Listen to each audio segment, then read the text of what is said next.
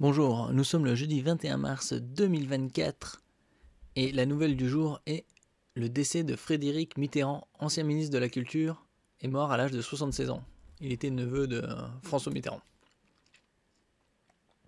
L'ancien ministre de la Culture et homme de télévision Frédéric Mitterrand est décédé jeudi à Paris à l'âge de 76 ans. Ah, c'est pas bien vieux.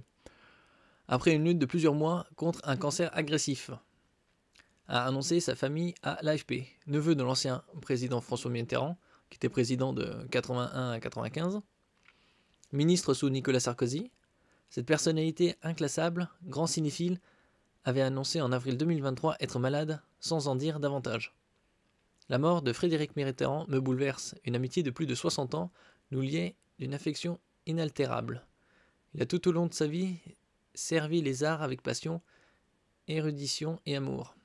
Notre fidélité commune pour François Mitterrand nous unissait profondément, a réagi sur X, c'est-à-dire Twitter, Jack Lang, ancien ministre socialiste de la Culture.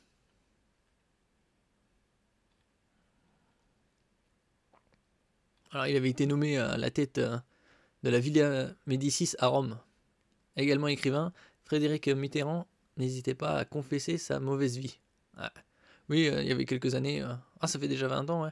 Il a ainsi fait le récit en 2005 de ses errances sexuelles et tarifées en Thaïlande et au Maghreb.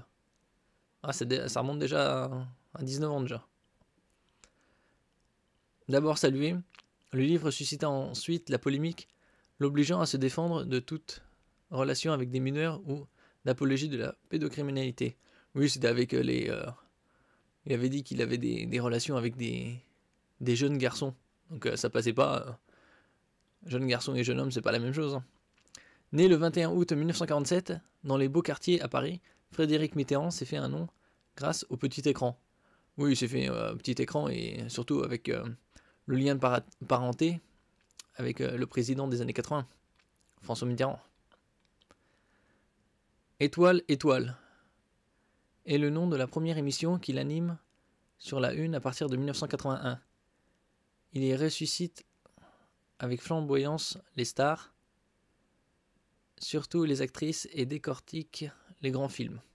L'homme insuffle sa cinéphilie aux spectateurs, captivés par cette voix lancinante et phrasée reconnaissable entre tous. Malgré son nom, il refuse de marcher sur les traces d'un oncle qu'il admire.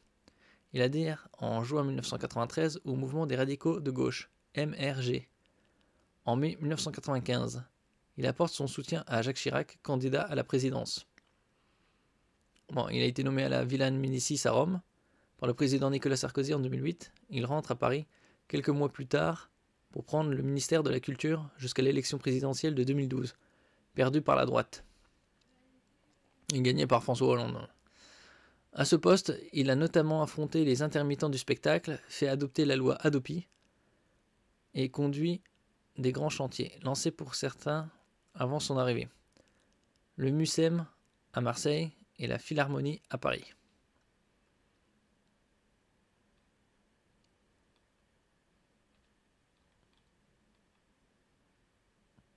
Il avait 76 ans. Merci pour votre écoute. N'oubliez pas de mettre un commentaire, un j'aime, de partager et de vous abonner à la chaîne. À la prochaine fois.